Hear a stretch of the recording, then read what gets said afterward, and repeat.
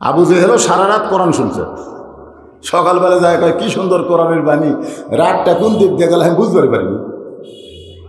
আবু সুফিয়ান বলতেছে, আরে যে কোরআন শুনতে রাত সারা রাত চলে গেল আপনি বুঝতে পারলেন না, সেই কোরআন গ্রহণ করলে তো খুব ভালো হয়। শুনতে যদি এত মজা লাগে তাহলে গ্রহণ করলে আরো ভালো লাগবে।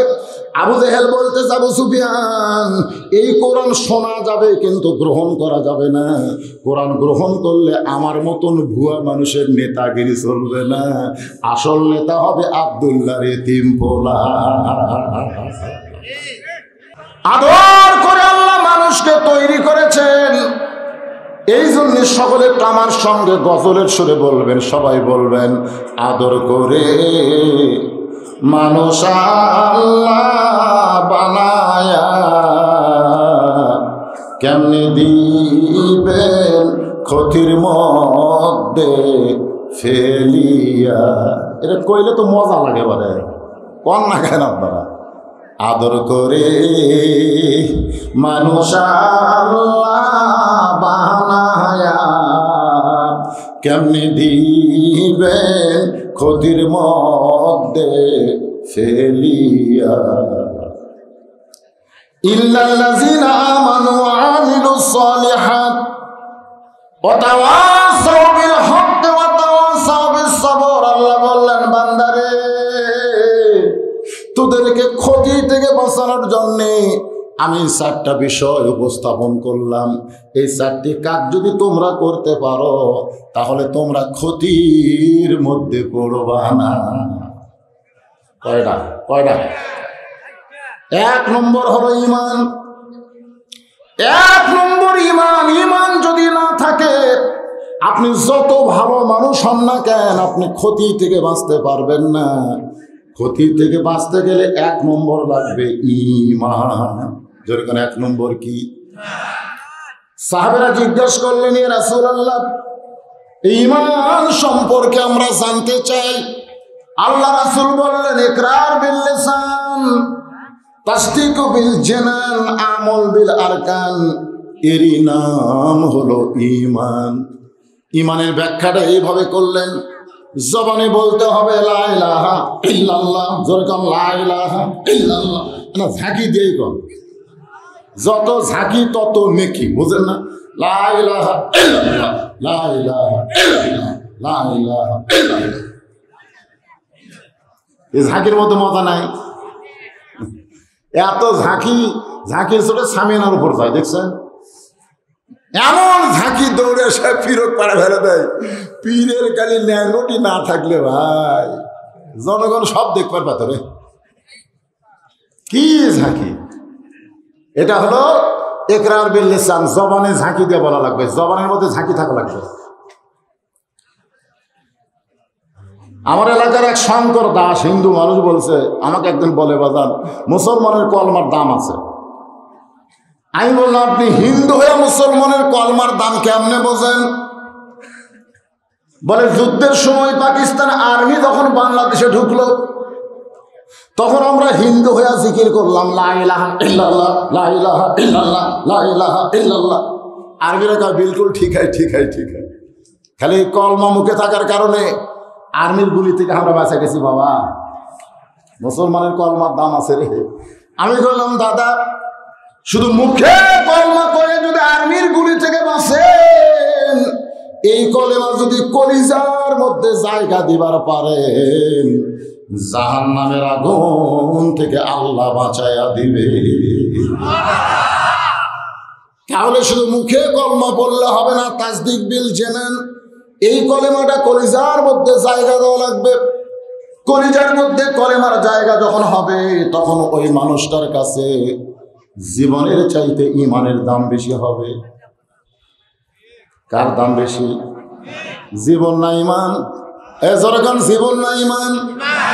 আজকে আমাদের বাংলাদেশে জীবন বাঁচান ফরজ, জীবন বাঁচান ফরজ। যে ভাবি হোক জীবন বাঁচান লাগবে, যে ভাবি হোক বাতিলের সঙ্গে আপোষ করে হোক ক্ষমা করক, বাঁচা লাগবে।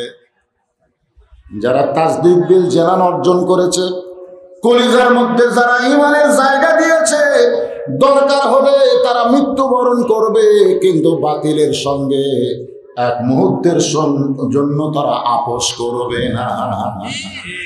কুল জাল হক ওয়া যাহাকাল বাতিল ইন্নাল বাতিলা কানা যাহুকা। আপনি যদি চেষ্টা করেন জীবন বাঁচানোর, যতই চেষ্টা করেন আপনি জীবন বাঁচাবার পারবেন না। জীবন আপনি বাঁচাবার পারবেন নাকি? পারবেন? আর তাসদিক বিল জেনান একজন ইমানদারের কাছে গিয়ে উকিল বলতেছে, হয়েছে না করে মনোযোগ দিয়ে শোনেন, তাসদিক বিল জেনানের ব্যাখ্যা হচ্ছে। তো উকিল বলতেছে, ভাই আপনার তো ফাঁসির রায় কার্যকর হবে, যে কোনো মুহূর্তে আপনার ফাঁসি হবে ভাই। যদি আপনি বাঁচবার চান তাহলে রাষ্ট্রপতির কাছে জীবন ভিক্ষা চান। রাষ্ট্রপতি যদি জীবন ভিক্ষা দেয় তাহলে আপনার ফাঁসি কার্যকর হবে না। তাসদিক বিল জেনানের ইমানদার মুচকি মুচকি হাসে। উকিল বলে, হাসেন কেন? বলে, হাসার কারণ হলো তোমার কথা শুনে হাসি লাগতেছে। তুমি কি কইলে? রাষ্ট্রপতির কাছে জীবন ভিক্ষা চাবো? আমি আমার জীবনে 3টা রাষ্ট্রপতিকে ক্ষমতা থাকা অবস্থায় মরা দেখছি। যার কাছে জীবন ভিক্ষা চাবো তার মতন 3টা রাষ্ট্রপতি ক্ষমতা থাকতেই মরিছে। একটা হলো বঙ্গবন্ধু শেখ মুজিবুর রহমান, একটা জিয়াউর রহমান, একটা জিল্লুর রহমান।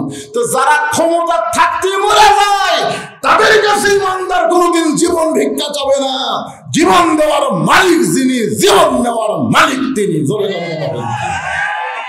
তাহলে তাসদিক বিল জিনান মানে কি? ইমান বাঁচান ফরজ না জীবন বাঁচান ফরজ? আপনাদের কাছে কোনটার দাম বেশি? অন্তর থেকে বলেন, পরীক্ষা শুরু হবে, পরীক্ষা শুরু হবে, আর বেশি দিন নেই, অল্প সময়ের মধ্যে পরীক্ষা আসতেছে। আল্লাহ বলেছেন, লিয়াবলুয়াকুম আইয়ুকুম আহসানু আমালান ওয়া হুয়াল আজিজুল গফুর। পরীক্ষা ছাড়া ইমানদারকে ছাড়া যাবে না। প্রত্যেকটা ইমানদারের পরীক্ষা নেবেন কে? ওয়ালা নাবলুওয়ান্নাকুম বিশাইইন মিনাল খাউফি ওয়াল জুই ওয়া নাকসিম মিনাল আমওয়ালি ওয়াল আনফুসি ওয়াস সামারাতি ওয়া বাশশিরিস সাবিরিন।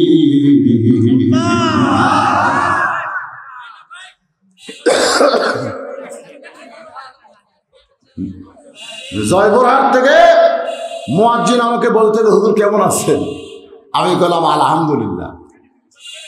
ভাই তুমি কেমন আছো ভাই? কয় নাউজুবিল্লাহ। আমি বললাম নাউজুবিল্লাহ কেন?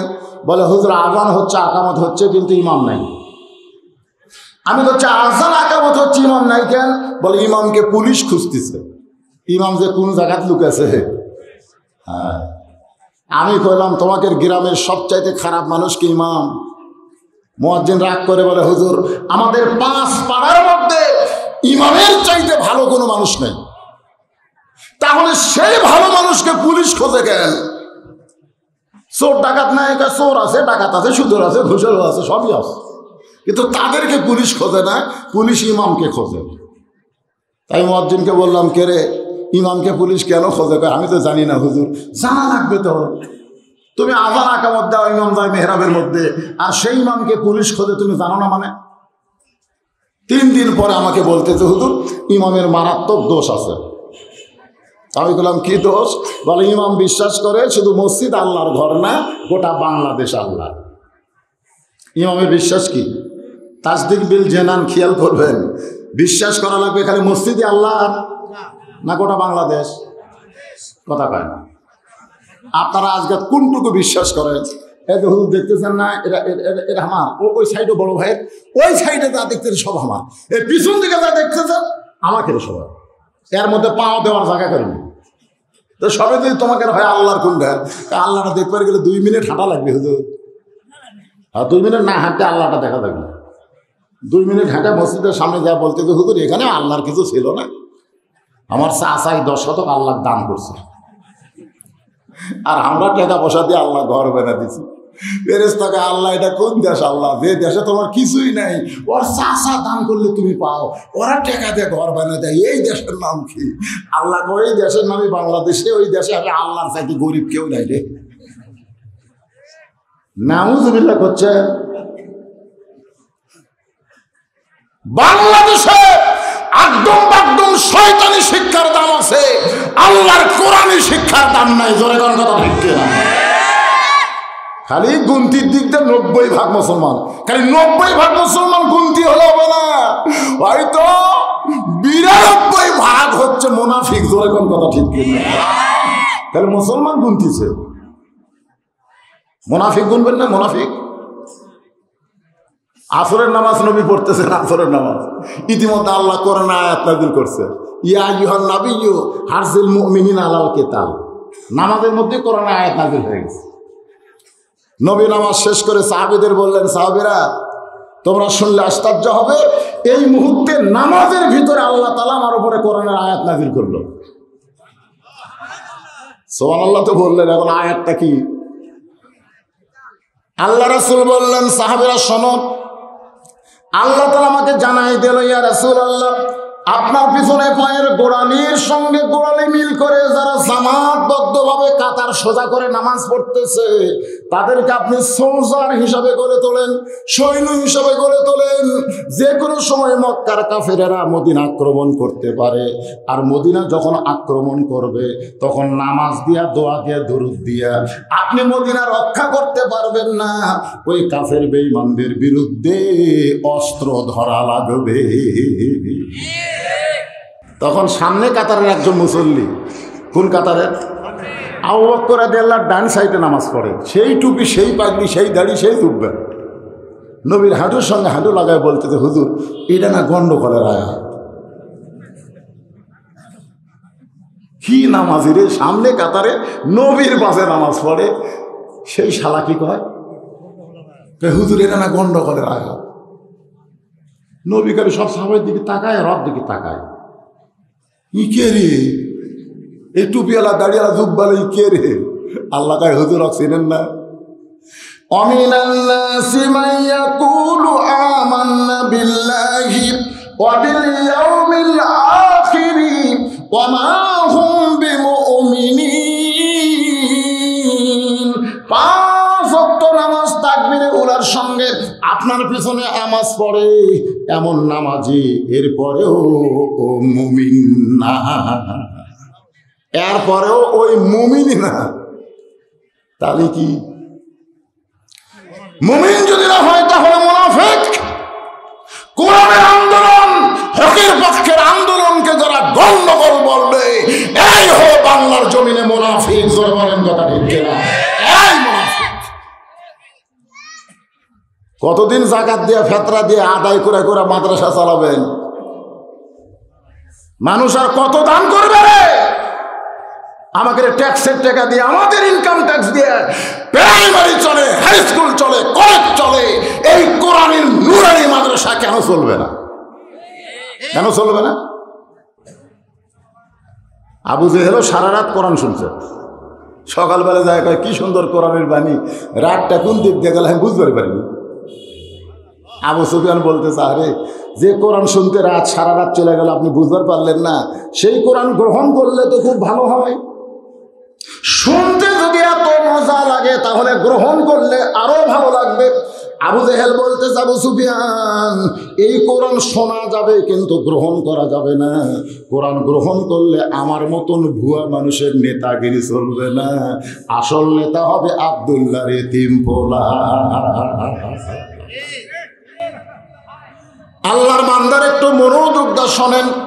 তাসদিক বিল জানান, কলিজার মধ্যে যখন ইমানের জায়গা হবে, ওই মানুষটা এক মুহূর্তের সৈন্য বাতিলের সঙ্গে আপোষ করবে না, হকের উপরে জীবন দিবে, ইমানের সাথে দুনিয়া ছাড়বে। এই মুহূর্তে আপনাদের জন্য ফেরেশতা এখানে আছে। কাদের কাছে জীবনের দাম বেশি, ইমানের দাম বেশি? যাদের কাছে জীবনের চাইতে ইমানের দাম বেশি, তুই হাত তুলে আল্লাহকে দেখা। হাত নামান। দরকার হলে জীবন দিব কিন্তু ইমান যখন দরকার হলে জীবন দিব, কিন্তু ঈমান দিব। মাশাআল্লাহ। ঈমানের শেষ পর্যায়ে বলা হলো আমল বিল আরকান। তুমি যে ঈমান গ্রহণ করেছো সেই ঈমান অনুযায়ী তোমাকে আমল করা লাগবে। সূরা আসরের 2 নম্বর বিষয় হলো আমিলুস সলিহাত, নেক আমল করা লাগবে। শুধু আমল করলে হবে না, দয়াল বাবার দরবারেতে কেউ ফিরে না খালি হাতে। কত আমল আজকে বাংলাদেশত বাড়াছে, কত আমল, কত তরিকা। আল্লাহর হুকুম নবীর তরিকা, আল্লাহর হুকুম নবীর তরিকা। কার হুকুম? তরিকা কার? নবী ছাড়া অন্য কারো তরিকা মানা যাবে? আমি চিশতিয়া তরিকা, তুই কি রে? আমি কাদরি। তুই কি রে? কই নকশবন্দি। কেন তো কত তরিকা বানাবার কে করল রে? আল্লাহ বললেন, হে রাসূল আপনি বলেন, কুল আপনি বলেন, ইন কুনতুম তুহিব্বুনাল্লাহ ফাত্তাবিউনি ইউহিব্বুকুমুল্লাহ ওয়া ইয়াগফির লাকুম যুনুবাকুম ওয়াল্লাহু গফুরুর রহিম। যদি আল্লাহর মহব্বত পাওয়ার চাও, আল্লাহর ইবাদত করবার চাও, আল্লাহর যদি গোলামীর জিন্দির আবদ্ধ হও, তাহলে নবীকে ইত্তেবা করো, নবীর তরিকা মোতাবেক চলো। যদি আল্লাহ পাওয়ার চাও, নবী ছাড়া আল্লাহ পাওয়ার কোনো উপায় নাই। তাহলে আমার সঙ্গে সকলে একটু বলবেন, উপায় নাই রে, উপায় নাই রে, উপায় নাই, নবী বিনে আল্লাহ পাওয়ার উপায় নাই। কেরে ছেলে বেলে সাদা কালা গান গাও, বাদাম বাদাম ফাটাও, এখানে হি করে হাসতেছে, কি হয়? একটু গলা ছেড়া খাও বাদান, সবাই একটু বলো, দেখো মজা লাগবে। উপায় নাই রে, উপায় নাই রে, উপায় নাই, নবী বিনে আল্লাহ পাওয়ার উপায় নাই। ঈমান গ্রহণ করার পরে যতগুলো নেক আমল আছে, সমস্ত নেক আমলের মধ্যে 1 নম্বর নেক আমল হলো নামাজ। যখন 1 নম্বর নেক আমলের নাম কি? যে নামাজ সম্পর্কে রাসূল বলেছেন, লা সালাতা লা ঈমান, যার নামাজ নাই তার ঈমানই নাই। তাহলে কি বুঝলেন? যে ঈমানের উপরে তখন ওয়াজ শুনলেন, সেই ঈমানটা যদি আমরা রাখতে চাই, তাহলে 1 নম্বর নেক আমল হচ্ছে নামাজ। জোরে বলেন, লা সালাতা লা দীনা। যার নামাজ নাই তার কোনো ধর্ম নাই। বাইনাল আবদি ওয়াল কুফরি তরকুস সালাত, বান্দার কাফেরের মধ্যে পৃথক করার জিনিসটার নামই হলো নামাজ। যে নামাজ পড়বে সে হবে বান্দা, আর যে নামাজ পড়বে না সে হলো কাফের। আমি যে বলবো বেনামাজি, আপনারা বলবেন কাফের। বলতে পারবেন না ভাইজান? বেনামাজি কাফের, বেনামাজি কাফের, আরো জোরে কাফের। সাইড থেকে হুজুর আপনি কি মনে করছেন আমি কি জুম্মার নামাজ পড়ি না? আল্লাহ হাসরের ময়দানে খুব দয়ালু, তো আল্লাহর দয়ার সীমা আছে? আল্লাহর দয়ার শেষ আছে? আল্লাহ হাসরের ময়দান বলবে, যারা 5 ওয়াক্ত নামাজ পড়ো নাই, শুধু জুমার নামাজ পড়েছো, আমি আল্লাহ তাদেরকে জান্নাত দিয়ে দিলাম, যাও। তখন ওই 5 ওয়াক্ত পড়ে এখানে জুম্মার শেষে আগে বাড়াছে, এরা খুশি হয়ে মারবি দৌড়, কে রে 5 ওয়াক্ত না পড়লেও জান্নাত পাওয়া গেল রে। একেবারে জান্নাতের দরজা পর্যন্ত দৌড়ে যায়, দেখবে জান্নাতের দরজার বিশাল একটা তালা। তখন বলবে, আল্লাহ আমাকে জান্নাত দিলেন, তালা কেন? আল্লাহ বলতেছে, চাবি তোরকে কাছে আছে, দেখ চাবি তোরকে কাছে আছে, খুঁজে দেখ। তখন এই জুম্মা পাখি চাবি খুঁজবি, খুঁজে দেখবে চাবি আছে, আলহামদুলিল্লাহ চাবি আছে রে। এবার চাবি তালার মধ্যে ঢুকবে, কিন্তু ঘুরবি না, খালি ঢুকিয়েছে, ঘুরবে না। আল্লাহ চাবি তো তালার মধ্যে ঢুকলো কিন্তু ঘোরে না, আল্লাহ বলে তালার মধ্যে 5টা দাগ আছে, তোদের চাবির মধ্যে দেখ তো 5টা দাগ আছে কিনা। জুম্মা পার্টি বলবে আল্লাহ কিসের দাগ? বলে 1 নম্বর ফজর, 2 নম্বর জোহর, 3 নম্বর আসর, 4 নম্বর মাগরিব, 5 নম্বর এশা। 5টা দাগ আছে না। আল্লাহ আমাকে চাবি কেলতে না, আমাকে চাবির তো দাগ নেই। আল্লাহ তাহলে জান্নাত দেখে ফিরে আয়, জান্নাত দেখে ফিরে আয়। যারা জুম্মা পড়ো 5 ওয়াক্ত পড়ো না, তোমরা জান্নাত দেখতে পারবে কিন্তু ঢুকতে পারবা না। এই জুম্মা পার্টি না, এই জুম্মা পার্টি।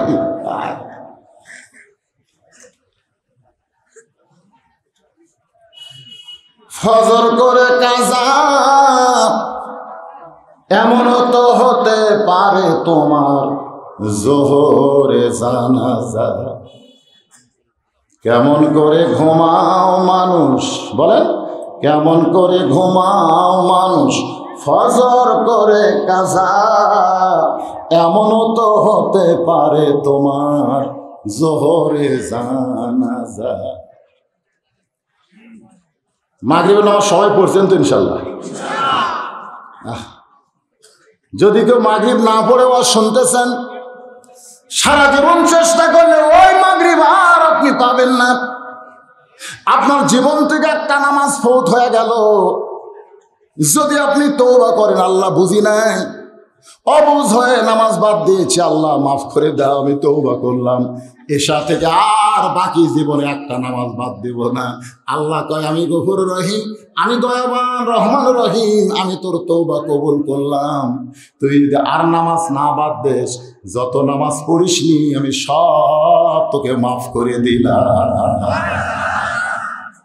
আল্লাহ কোরআনে বলেছেন লা তাকনাতু মির রাহমাতিল্লাহ, ইন্নাল্লাহা ইয়াগফিরুয যুনুবা জামিআন, ইন্নাহু হুয়াল গাফুরুর রহিম। ইমাম গাজ্জালী বলেন এই একটা আয়াত যদি কোরআনে আমি না পাইতাম, আমি হার্ট ফেল করে মরে যেতাম, আমি হার্ট ফেল করে মরে যেতাম।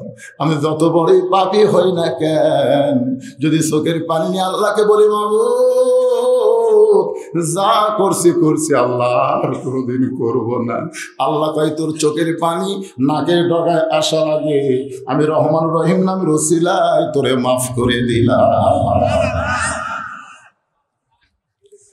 পুরুষের জন্য 1 নম্বর হলো নামাজ, ও আমিলুস সালিহা। নারীদের জন্য 1 নম্বর হলো পর্দা।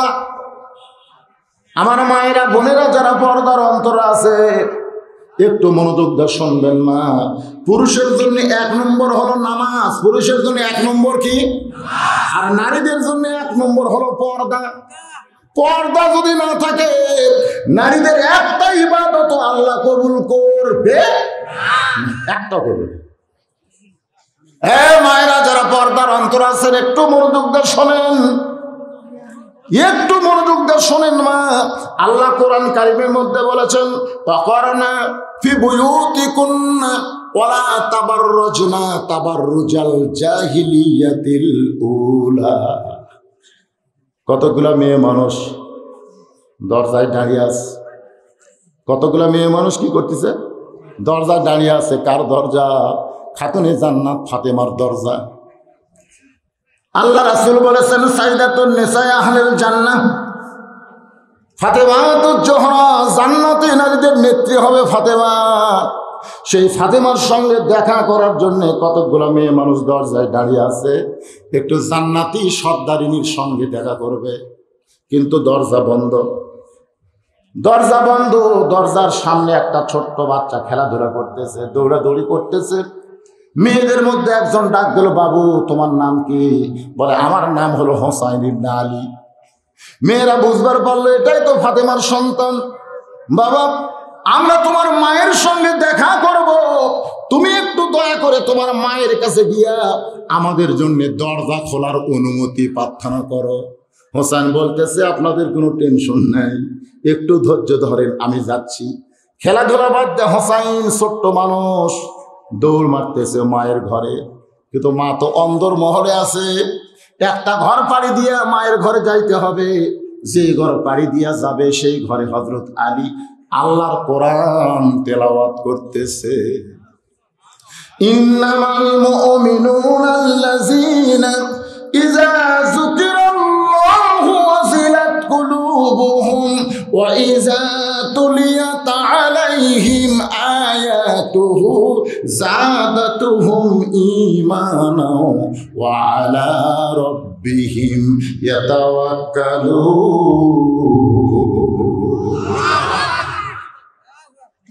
কি তেলাওয়াত করতেছে? কোরআন তেলাওয়াত করতেছে। ইতিমধ্যে হুসাইন বাইরে থেকে দৌড়ে আসে, মায়ের ঘরের দরজা যেই গেছে সঙ্গে সঙ্গে হযরত আলী কোরআন তেলাওয়াত বাদ দিয়ে বলে, থাম থাম। কি বুঝলেন? আপনি যত ইবাদত করেন, আপনার ছেলেরা কি করতেছে, মেয়েরা কি করতেছে খেয়াল করার দরকার আছে না নাই? আপনি ফজর নামাজ পড়তে যাচ্ছেন, বুড়ে মানুষ, আপনি বাড়ির নামাজ পড়লেও চলবে, আপনাকে মসজিদ যাওয়া লাগবে। সরকারি চাকরি কি সারা জীবন করা লাগে? সারা জীবন সরকারি চাকরি করা লাগে? যখন চোখের পাওয়ার কমে গেছে, কানের পাওয়ার কমে গেছে, হাত কাঁপে, কুড়িয়াত খাড়া হয় না, সরকার কয় বসে থাকে বেতন খা। যৌবন বয়সে যারা 5 ওয়াক্ত নামাজ জামাতে পড়েছে, বুড়া বয়সে তাকে জামাতে না পড়লেও চলবে। তুমি যেখানেই পড়ো আল্লাহ তোমাকে পেনশনের সব দিবি। জোরে কোন কথা ঠিক কিনা? মসজিদে যাচ্ছে, যাওয়ার সময় চিন্তা করে, কে রে, আমার ছেলে 3টা পর্যন্ত আর্জেন্টিনার খেলা দেখলো, হো হো হো করলো, আর আসসালাতু খায়রুম মিনান নাম শোনার পরে আমার ছেলে কোথায় গেল খেয়াল করার দরকার আছে না নাই? জোরে কোন আছে না নাই? তো জানলা দিয়ে তাকায় দেখে যে পাও নাই মাথাও নেই, মানে পাও নাই মাথাও নাই, কম্বলের মধ্যে মনে হয় চাউলের বস্তা ঢেকা তুলছে। বাপ খেয়াল করে আস্তে আস্তে দরজা খুলে, বিড়াল যেমন ইন্দুর ধরে এরকম আস্তে করে যে কম্বল টান দিছে, কম্বল টান দে,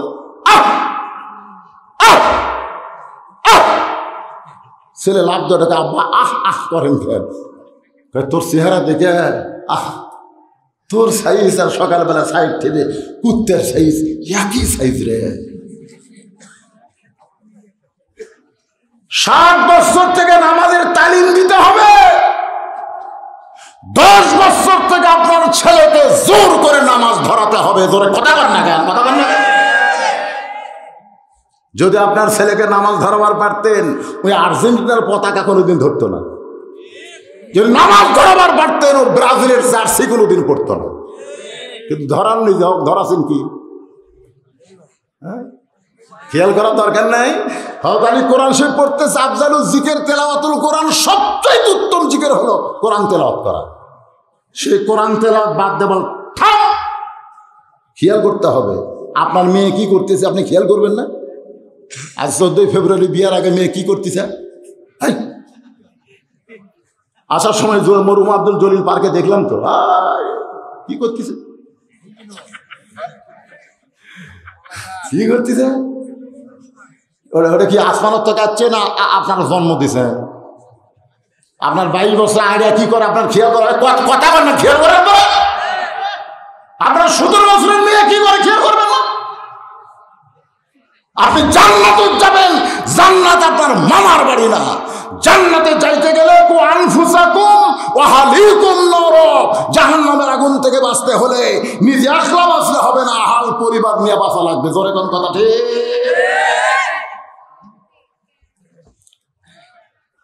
হযরত আলী বললেন, থাম। হুসাইন থেমে গেছে।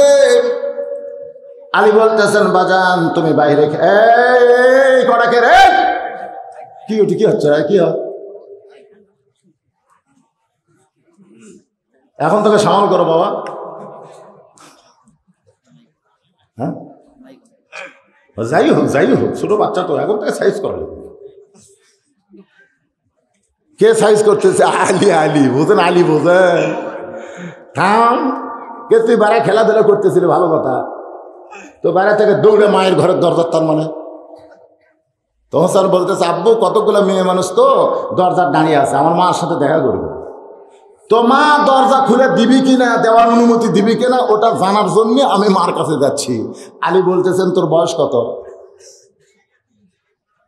তো হোসেন বলতেছে, আব্বু আমার বয়স কত আমি তো জানি না। এই জন্যই তো তোর থামাছি, এই জন্যই তোর থামাছি রে বাজান। তোর বর্তমানে যে বয়স হয়েছে এই বয়সে তুই তোর মায়ের কাছে যাইতে অনুমতি লাগবি, তুই মায়ের কাছে যাইতে মায়ের অনুমতি লাগবি রে পাগলা। তোর বয়স হলো এখন 4 বছর, 4 বছরের বাচ্চা যখন তখন মায়ের ঘরে ঢুকতে পারবা না। 2 বছর পর্যন্ত বাচ্চা যদি আপনার ঘর চেতনও থাকে, আপনি বাচ্চার সামনে বুক চুমা খান, আদর করেন, বুকে দিলেন, কোনো সমস্যা নাই। কারণ 2 বছরের বাচ্চা দেখবার পারে কিন্তু মেমোরি ধারণ করতে পারে না। কথাগুলো বুঝতে পারতেছে?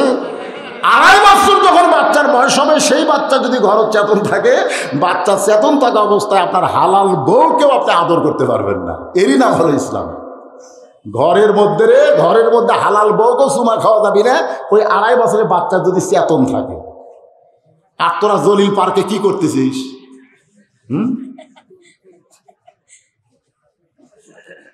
নিজের হালাল বউকেও 2.5 বছর বাচ্চার সামনে আদর করা যাবে না। বাচ্চা ঘুমাতে হবে, না হয় বাচ্চার দাদির কাছে নানির কাছে পাঠিয়ে দিয়ে বউ চাপে ধরা লাগবে।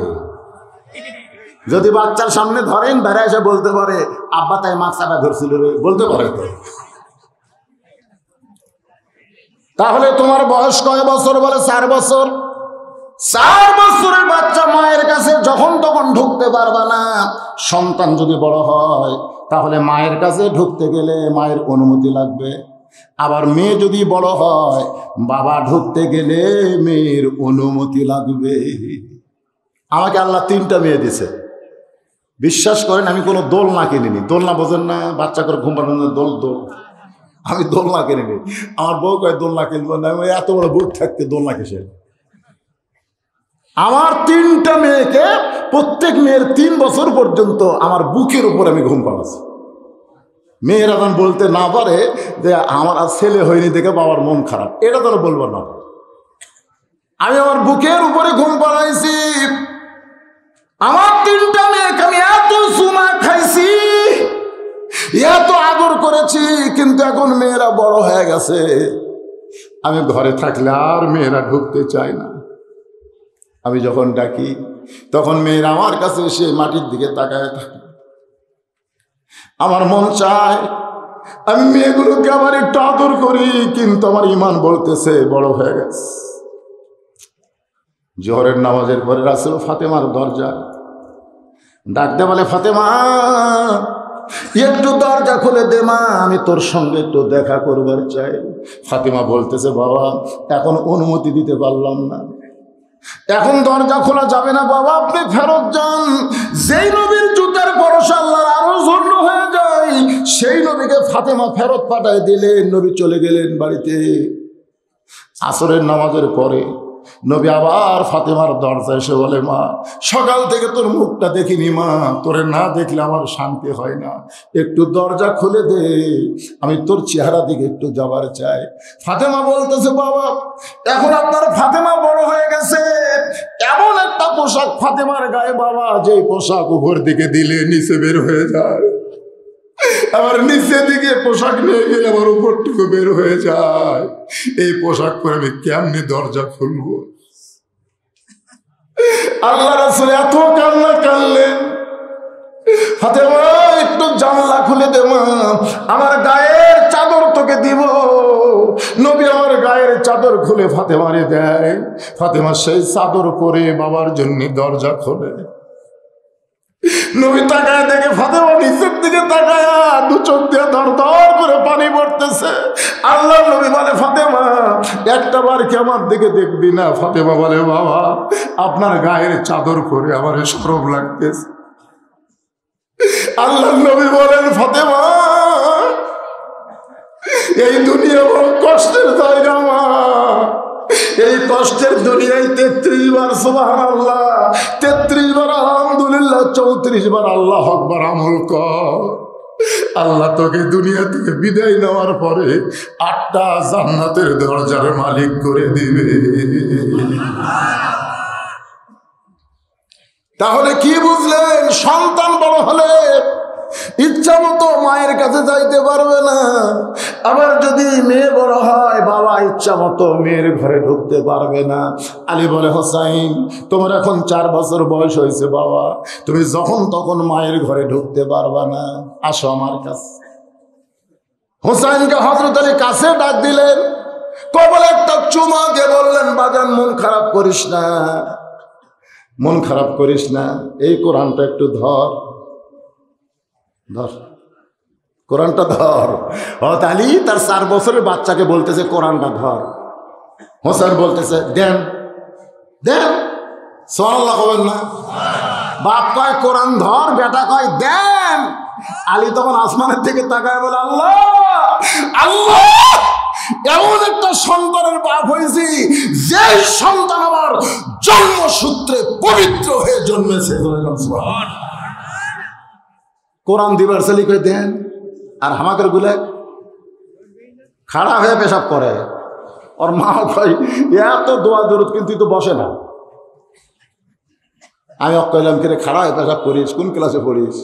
তো ক্লাস 1-এ পড়িস। আছে তো তোর শিক্ষক তোর শিখাইনি কেমনি পেশাব করা লাগবে, তুই খাড়া হয়ে পেশাব করিস কেন? তোর মাও বেজা।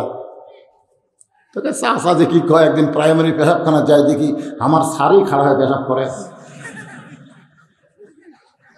স্যার যদি খাড়া হয়ে পেশাব করে, তার ছাত্র বসবি কেন? আপনি কেমন বাবা হয়েছেন? আপনার সন্তানের হাতে একদম বাকদম ঘোড়ার বই দেন, আল্লাহর কোরআন দিবার পারেন না। জান্নাতে যাবেন, ফুটবলের মতো লাত্তি খাবেন। আজকে এখানে যারা বাবা আছেন, কোন কোন বাবা সন্তানের হাতে আল্লাহর কোরআন দিবার চান? একটু 2 হাত তোলা, আল্লাহকে দেখান। 2 হাত তোলা, আল্লাহকে দেখান। হাত নামান, হাত নামান। আপনার সন্তানকে মিথ্যে শিক্ষা দিয়ে কি বানাচ্ছেন? মিথ্যের ফ্যাক্টরি।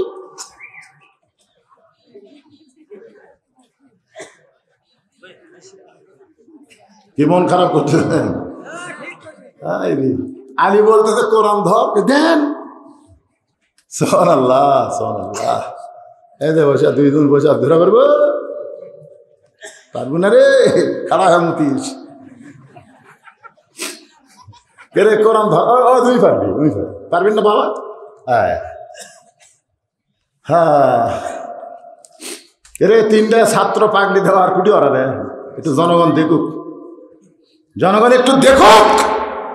টাকা পয়সা দিয়ে যে মাদ্রাসা তৈরি করেছেন, সে মাদ্রাসার ফসল দেখুক। শুধু কোরআন হাত ধরে নেই, 30 পারা কোরআন তারা হেফজ করেছে। জান্নাতে যাবে যাবে, 10 জন জাহান্নামী মানুষকে সুপারিশ করে জান্নাতে দিয়ে যাবে। হোসেনের হাতে হযরত আলী কোরআন শরীফ দিয়ে ওয়াবিলুস সালিহার উপর কথা বলতেছি। ভাইজান একটু মনোযোগ দিয়ে শুনবেন।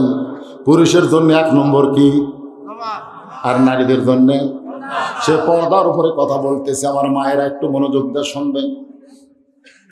হোসেনের হাতে আল্লাহর কোরআন শরীফ দিয়ে হযরত আলী এখন অন্দর মহলে যাবে। আপনাদের কাছে আমি জানতে চাচ্ছি, একটু হিসাব করে বলেন তো, মেয়ে যদি বড় হয়, বাবা ঘরে ঢুকতে মেয়ের কি লাগবে?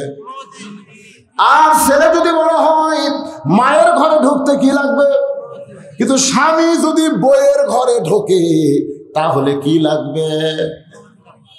লাগবে? মাশাআল্লাহ। তাহলে আপনারা তো ভালোই জানেন, স্বামী যখন তখন বইয়ের ঘরে ঢুকে পারবে না। এ কথা কন না, পারবে না। বল কার? আল্লাহ কি বলছে জানেন? এই যে 14 ফেব্রুয়ারি তারা পালন করে, নবী আমার ঘরের মধ্যে বসে আছে, ইতিমধ্যে মা আয়েশা নবীর ঘরে ঢুকছে। যেই ঘরে ঢুকছে, সঙ্গে সঙ্গে নবী আমার দাঁড়ায় দরজা বন্ধ করে দিছে। দরজা বন্ধ করতেই তো আয়েশা থরথর করে কাঁপতেছে। রাসূলকে কাঁপো কেন?